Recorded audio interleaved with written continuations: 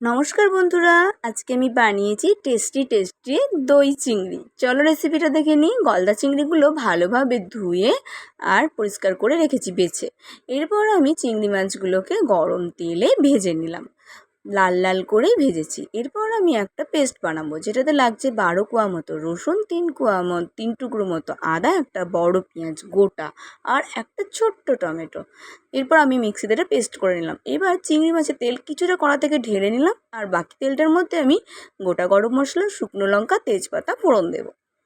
ফোড়নটা যেই ফাটতে শুরু করেছে, তাই এর মধ্যে ঢেলে দিলাম আমি যে মশলাটা করে রেখেছিলাম সেটা, আর একটু মিক্সি ধোয়া মানে কৌটোটা ধোয়া জলও দিয়ে দিয়েছি। এরপর দিয়ে দিলাম এর মধ্যে জিরের গুঁড়ো। তারপর কিছুক্ষণ ধরে এটা ফুটতে শুরু করলো। এরপর দিয়ে দিয়েছি এর মধ্যে হলুদ গুঁড়ো, আর তারপর দিয়ে দিয়েছি লঙ্কার গুঁড়ো। এরপর ভালোভাবে মশলাটা আমি কষাতে শুরু করব।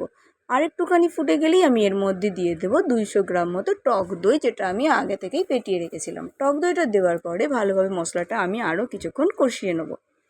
আর একটু কষানোর পর যখন দেখব মশলাটা প্রায় তেল ছাড়তে শুরু করেছে, তখন আমি এর মধ্যে দিয়ে দেব একটুখানি ধনের গুঁড়ো। ওটা আমার স্কিপ হয়ে গেছে, তো তোমরা একটু দিয়ে দিও ধনের গুঁড়োটা। এরপর ধনের গুঁড়োটা দেওয়ার পর কিছুক্ষণ মশলাটা কষানোর পর গ্রেভিটা যখন আরও গাঢ় হয়ে যাবে, তো তখন আমি দিয়ে দিলাম চিংড়ি মাছগুলো। চিংড়ি মাছগুলো দেওয়ার পরে আরও কিছুক্ষণ কষাবো, যতক্ষণ না মশলাটা পুরোপুরি চিংড়ি মাছের ভিতর ঢুকছে।